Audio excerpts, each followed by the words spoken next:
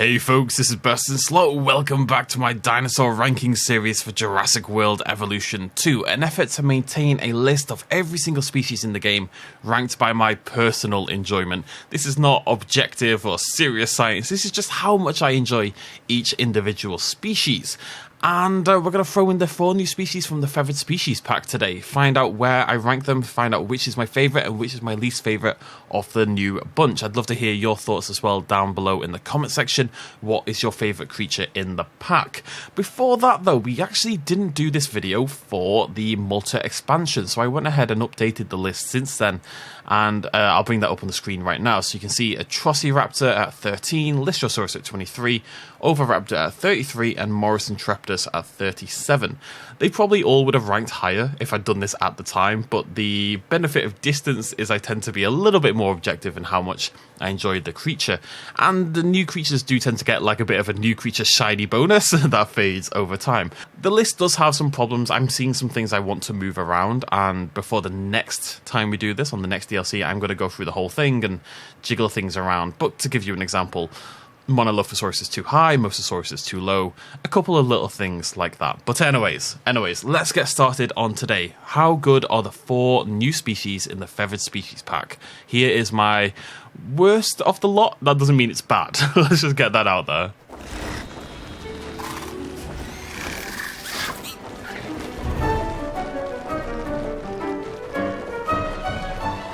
Unfortunately, somebody has to come last, and in this case, it is the Jhalopterus. And that doesn't mean I don't love it. It doesn't, and I'll show you the list updated in a second, but I believe Jhalopterus is coming in at number 28, which is a perfectly respectable score. There's a lot to like about the Jhalopterus, there really is. I love its tuft feathers we've got here. I love the little happy snout. It's got those big multicoloured glass eyes, are adorable. My favourite detail, of course, is the wing patterning, however. We've got that moth-like... Where on earth have you gone?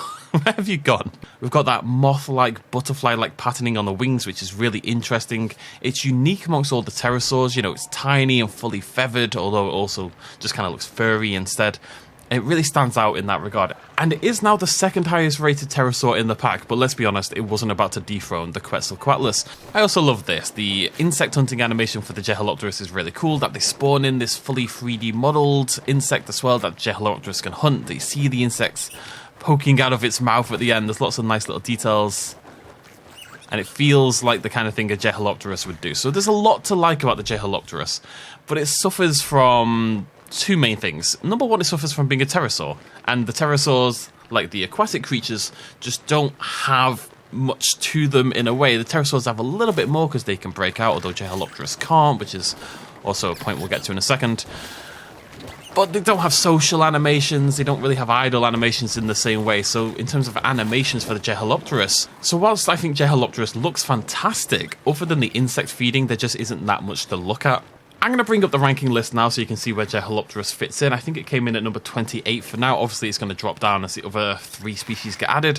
You can see I've kind of last minute shifted things around. It did come in lower initially, but then I spent a little bit more time watching them in game, and they really are fantastically designed. The visual design alone is enough to get them so many points because they do look fantastic. I just wish they had a little more to them in terms of the animations. You know, they can't be hunted by anything, and that feels really weird for a creature this tiny. It feels like every other pterosaur should be able to hunt them down, and I'm a little sad that that's not a possibility.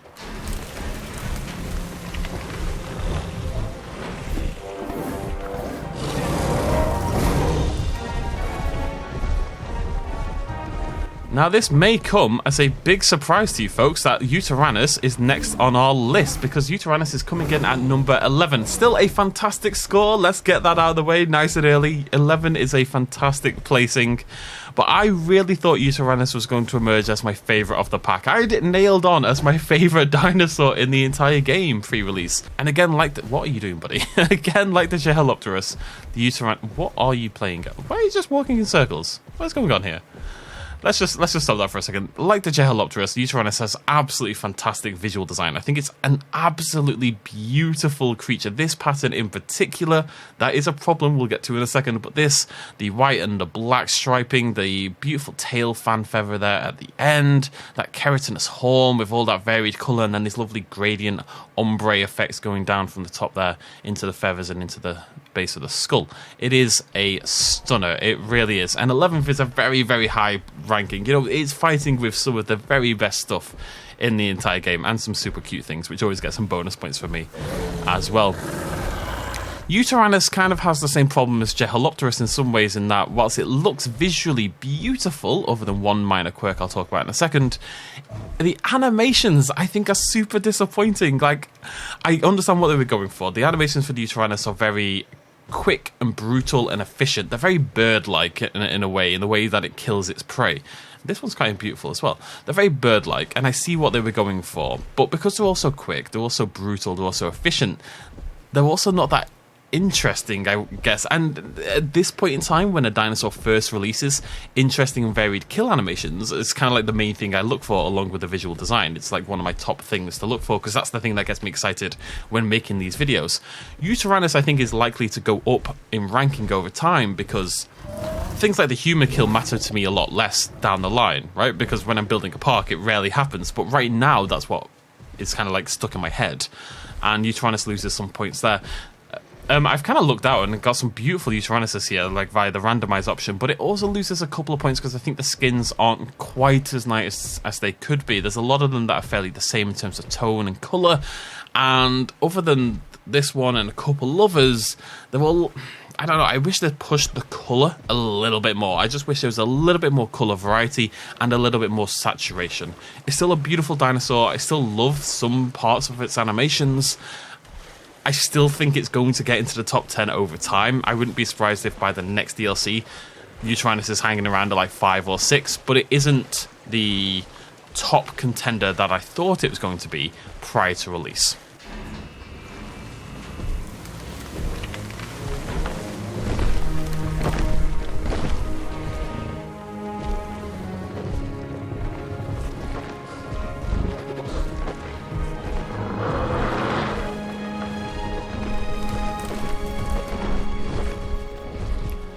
Coming in at number 3, yes, we have a new bronze medalist for now, unfortunately, is the Dino Kyrus. Really surprised me by just how much I ended up loving this dinosaur. So Dino Kyrus has so much going for it. First of all, we've got the new omnivorous behavior, feeds from both the fish feeder and from the foliage, which is really fantastic.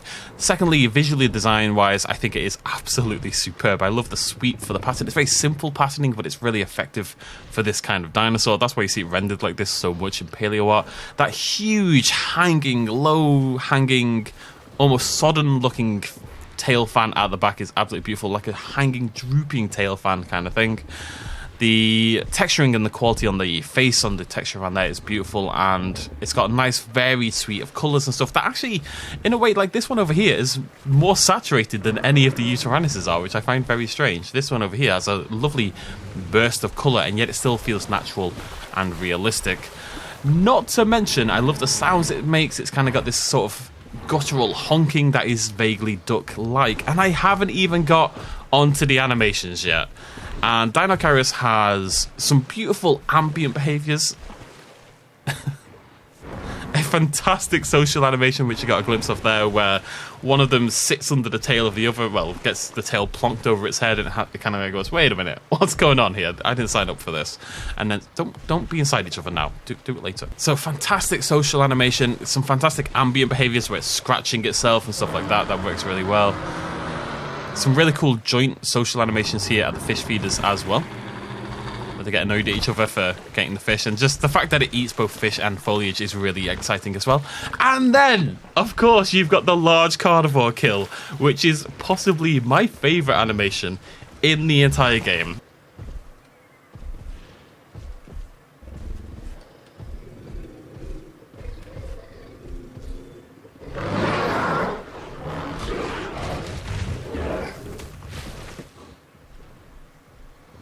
Dino Kyrus is what the Uteranus could have been, with a little bit more oomph in it. You know, a little bit more colour, a little bit more interesting ambient behaviour, and a little bit more oomph in terms of its animations. It doesn't get higher than third because it's only got one interesting kill, and that's the large carnivore one, but it's still a superb dinosaur. They've really nailed it with this one. I think it looks incredible, it's animated incredibly, it sounds amazing, which is an underrated part of the game, but yeah, absolutely deserves its first spot.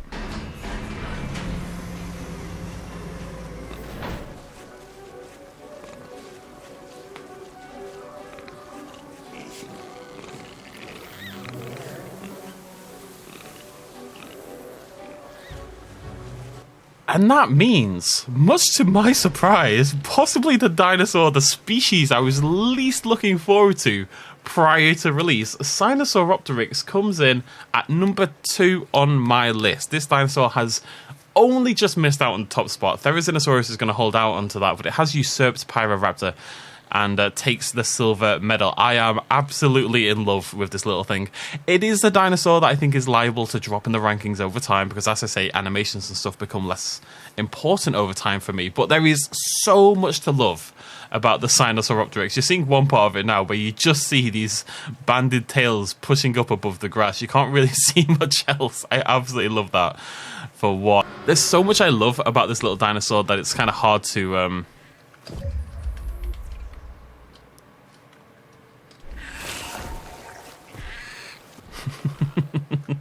Prime example of why I love this dinosaur. There is so much to love about Sinusauropteryx. It's genuinely a little difficult to know where to start. I think we're about to see that play out again.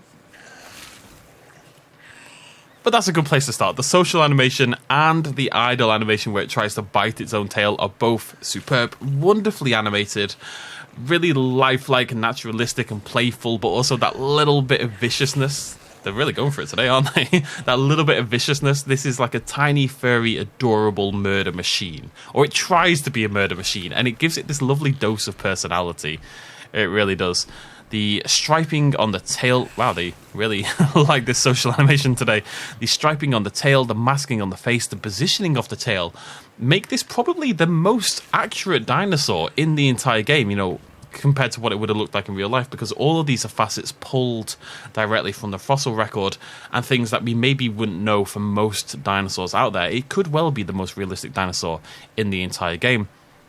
The patterning is probably the weak spot for the Sinusauropteryx, but it kind of works for it. It's got that slight mammalian kind of vibe to it. And, you know, it is very similar to a ferret or a red panda or, you know, with myriad other mammalian suggestions that I've heard people mention over time. And it does feel slightly like a mammal reptile dino hybrid kind of thing going on there. I love the little hops. But so the big bushy tail, the social animation, and then you get to other things like the hunting. Now, it is a tiny dinosaur, and that is probably going to work against it over time because they're hard to see and they don't really have unique animations when it comes to hunting, which is one of my favorite things at this point in time. So, oh, Uteranus, I might have to move you up a space or two. So you'd think they'd lose points for that, but the Sinusauropteryx kind of does it in such a funny way that it kind of gained points if nothing else. If you've seen my video on the Sinusauropteryx from yesterday, you'll know that it will try to hunt. It'll try to pack hunt because it's vicious and angry, but it's not necessarily going to be successful. You know, you'll have seen in my video the other day that I had about 8 of them trying to kill a goat 3 times, and at no point did they manage to kill the goat. When they broke out, they all tried to kill a human, and she murdered 4 of them before she eventually succumbed to her injuries. So it's this combination of looking adorable but being vicious, and then when it tries to be vicious, it's terrible at it. That I think just gives it so much personality, and I've seen some people complaining about dinosaur stats and stuff like that. I think Uteranus and Dino Kyrus could both be stronger, but Sinusauropteryx I think is perfect the way it is. I think it just suits the dinosaur so well. It looks amazing.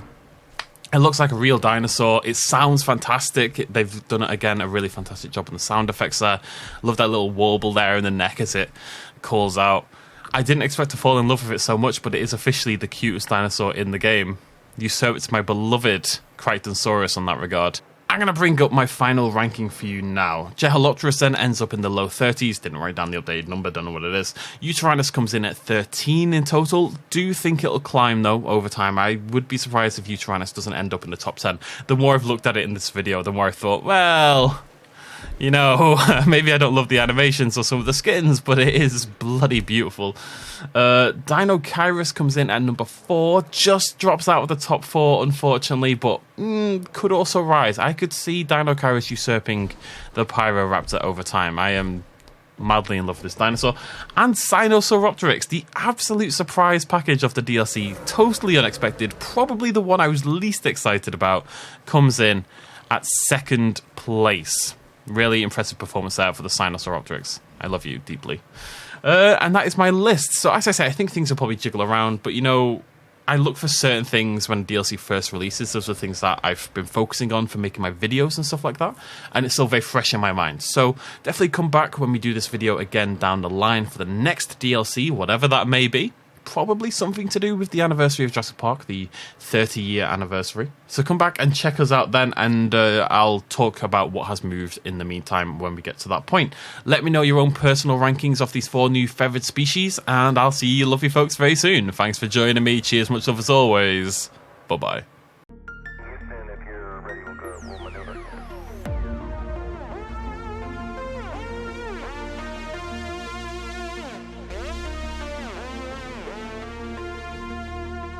Reaching out.